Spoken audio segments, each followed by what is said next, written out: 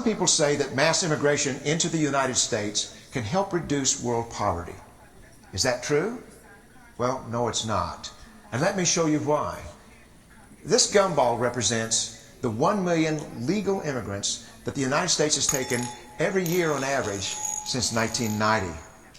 In Africa alone, there are 650 million people who make less than $2 a day. 650 million. And in India, another 890 million people, desperately poor.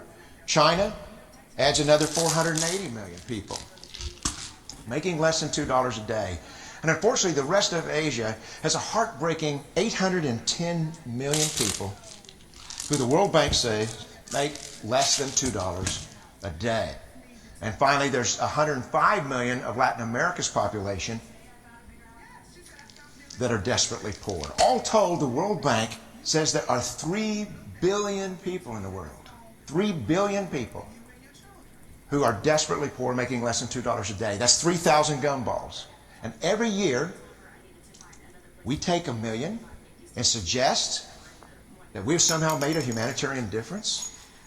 Even if we went by the most radical proposals in Washington, which are to actually double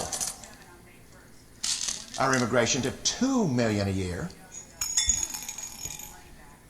which would totally overwhelm our physical, natural, and social infrastructures, we couldn't make a noticeable difference. And we may be really hurting the impoverished people of the world because the 1 million that we do take are among the most energetic, often the better educated. Last year, when we took 1 million immigrants, these countries added, births over deaths, 80 million more people into the impoverished population. And this year, Congress is bringing in 1 million legal immigrants. And this year, according to the United Nations, these countries are expected to add another 80 million people.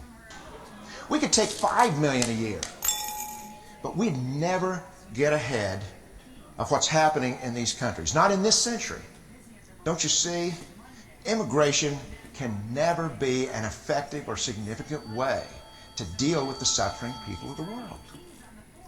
They have to be helped where they live. Let's help them there. Hello. Some people say that mass immigration into the United States can help